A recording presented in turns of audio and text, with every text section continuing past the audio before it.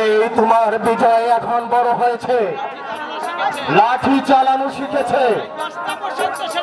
ওই 10টা বসন্ত সেনের মাঠে বাঁধাতে আমার হাত এতটুকু কাঁপবে না। না, তুই কেন যাবি? আমি তোকে যেতে দেব না। শেষ মুহূর্তে ভাই ভাই, না এ আমি কি বলছি? বসন্ত সেন যে তোর পরম শত্রু, তবু আমি তোকে যেতে দেব না। আমাকে বাধা দিও না বাবা। ছেলে বেঁচে থাকতে বাবা লাঠি ধরবে, তা আমি কখনো হতে দেব না বাবা। তুমি দেখে নিও বাবা, ওই শয়তানকে সাহায্য করে আমি ফুলকে নিয়ে আসবো, ফুলকে নিয়ে আসবো বাবা, ফুলকে নিয়ে আসবো।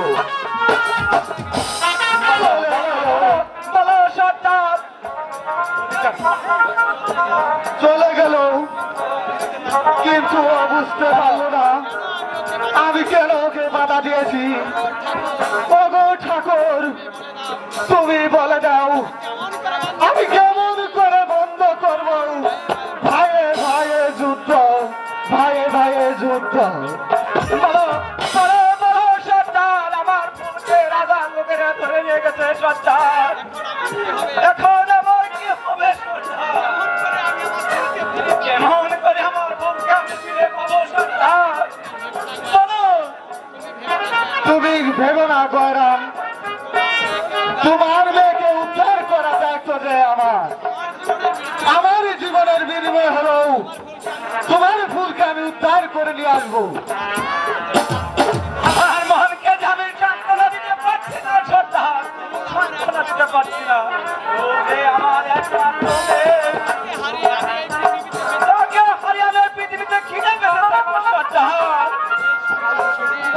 এই সংবাদ শুনে আমার হৃদয়টা ভেঙে চলছে সর্দার।